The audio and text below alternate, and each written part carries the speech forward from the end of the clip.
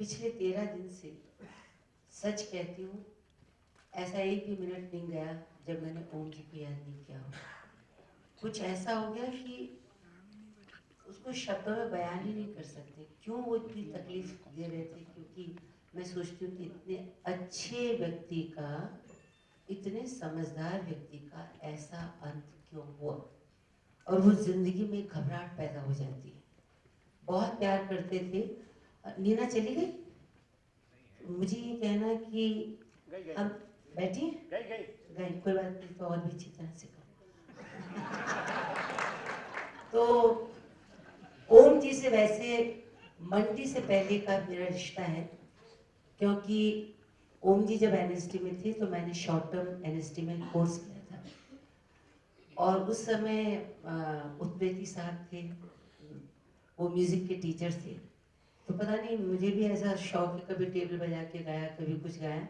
तो उत्पेती साहब के कानों में मेरी आवाज़ पड़ी, तो एक दिन अपनी क्लास में ले गए, और उस क्लास में ओम जी भी बैठे थे। मैंने गाया होगा, ओम जी ने सुना होगा, मैं निकल गई, पर ओम जी के दिमाग में वो गाना अटका हुआ था। फिर मंडी हुई, फिर बहुत सारी फिल्में हुई। जो भी व्यक्ति श्याम बाबू के साथ फिल्म करता है तो वो एक परिवार में बनता जाता है। ओम जी हमारे उस परिवार के सबसे अहम, एक जिसको कहते हैं कि उनका एक ओहदा था, और बहुत ही प्यार से सबके साथ होते थे। पर उन्होंने मुझे मरवा दिया। वो कभी भी, कहीं भी, रात के 12 बजे, सीमा भी यहाँ बैठी हुई है, रात के 1 बजे कहीं सड़क पे हो, कहीं झालावाड़ में कहूँ, कहीं भी बैठे हो, यार तुम्हारा देखो एक राजस्थानी यहाँ पे बैठा है, यार एक मिनट वो गाना गा के बताना। तो मैं कौन सा, तो मैंने उस पर लगा दिया है, तुम गाओ। मैं ओम जी, मैं भी नहीं गाना, तुम बड़ी चुड़ैल है, बात नहीं मानती, बड़ी स्टार बन गई, तुम कुछ भी। डांट देते थे वो, और डांट को सहना पड़ता था। तो पहली बात कि इससे आगे मैं बढ़ूं, कुछ ऐसा हुआ, छोटे छोटे छोटे छोटे रोल करते हुए मेरी जिंदगी में एक इंटरनेशनल फिल्म आ गई है, वो भी ओम जी के साथ। अब तक की फिल्मों में रोल छोटे होते थे, समय बहुत होता था, तो मैं उनके साथ बहुत मजाक करती थी। ये तो बिल्कुल आमने सामने, और वो उनकी तिरस्कृत वाइफ जो कि पाकिस्तान के पंजाब से थी। तो लेटली उर्विन ने, जब उर्विन ने मुझे सेलेक्ट किया, तो ओम जी से कहा इला रूम को, तो उन्होंने है इला क्या करेगी, वो तो राजस्थानी, उसको पंजाबी आता ही नहीं।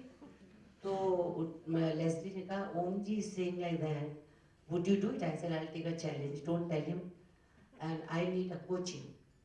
तो फिर एक उर्दू में स्क्रिप्ट आ गई। उन्होंने कहा ओम जी ने कि इला से ना उर्दू में पढ़वा लो, क्योंकि पंजाबी नहीं कर पाई। उसको देखते ही मेरा तबका बदल गया, मैं तो किसान की थी, आप हुजूर होने लगा। मैंने कहा नहीं नहीं, ये नहीं हो सकता। तो पाकिस्तान से कोच आया। ये उनकी महानता है कि पाकिस्तान की जो पंजाबी है वो थोड़ी अपने यहाँ की पंजाबी से अलग है। मैंने सीख लिया। उसके बाद जहाँ जहाँ जहाँ हम गए, चाहे वो अबू धाबी हो, चाहे वो लंदन हो, चाहे टोरंटो हो, हर जगह उन्होंने यही बात कही कि देखो मैंने इला को ऐसे कहा था, पर वो मुझसे अच्छी पंजाबी बोलती। हर वक्त वो मुझे अभी बोलते थे कि बोल के बताओ। तो एक तो उनकी ये महानता थी, और मतलब वे डायलॉग बोलने के बाद किसको याद रहते हैं, तो मैं ऐसे ऐसे शक्ल देखने लगती थी। फिर यही हंसी, और ऐसे ही वो देख करके आपको घूरते थे। जब हम वेस्ट इज वेस्ट में थे तो रात को मुझे लगता था हमें 5 स्टार में ठहराया, अच्छा खाना खाएंगे। वो क्या करते थे, चलो चलो चलो खाना खाने, क्या खाओगे? मैं तो वेटर का डब्बे का खा रहा हूँ, तुम्हें भी वो खाना पड़ेगा। हमेशा उन्होंने वेटर के डब्बे का हमें खिलाया। तो मतलब एक सादगी। और सबसे बड़ी बात है कि मैं ईशान की बुआ कैसे बनी। एक दिन वहाँ छत पे बैठे थे, नीना और भी लोग थे, तो उन्होंने कहा इला तुम मेरे लड़के की बुआ बन जाओ, कि तुम्हें मैंने उस नजर से देखा नहीं, बाकी तो मैं नीना को बुआ नहीं बना सकता हूँ। मैंने कहा यार ये, तो बोले तुम बुआ बन जाओ। उस दिन से मैं बुआ बन गई ईशान की। और फिर उसके बाद देखिए हम टोरंटो के वहाँ खड़े हुए थे, बोले तू कैसी बुआ है, कैसी बहन है, आज राखी तो राखी नहीं बांधेगी। आई जस्ट रश टोरंटो की उसमें गए, एक जगह से मैंने कुछ लिया, कुछ ऐसे बच्चों के जो क्लिप के नहीं लगाते हैं, उसमें डोरा वोरा बांध के ओम जी के बांध दिया, मुझे $100 मिले। और उसके बाद अभी जब एनएसडी में अलका जी की बर्थडे मनाई गई थी, सब लोग गए थे। फिर उन्होंने मुझे पकड़ लिया, ये गाना मैं अक्सर उनको सुनाती थी जो मैं गाने वाली हूँ। फिर पकड़ लिया और कहा, हे इला अरुण कहाँ है, उसको बुलाओ, चुड़ैल इधर आओ, इला अरुण कहाँ है, गाओ तनक चढ़िया की। मुझे ये समझ में आया कि वो मुझे क्यों कहते थे गाओ, इसलिए नहीं कि मैं अच्छा गाती थी, इसलिए कि वो खुद बहुत अच्छा गाने लगे थे इस गाने को। और हमारे बीच में डील हुई थी, मैंने कहा वो ये चाहते थे इसको आगे में लगा दूं, फिर मैं सबको सुनाऊं कि मैं कितना अच्छा गाती हूँ। और एक तो उनका दमदार आवाज, फिर वो गाते थे, तो हमारा ये तय हुआ था कि मेरे सन इन लॉ ध्रुव के साथ हम उसको रिकॉर्ड करेंगे और ओम जी को मैं प्रेजेंट करूंगी। वो दिन तो आया नहीं, पर आज आपके लिए आपके बिना कहे मैं वो गाना गाती हूँ।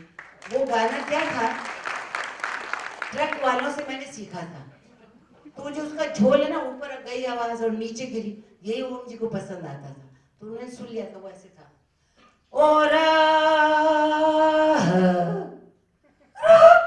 तड़क चढ़ारी कांचली ने काख माले गयो जीजो गयो बड़ो मेला में हम बे बीजनी ले गयो रे दादा भाई बीजनी ले गयो। और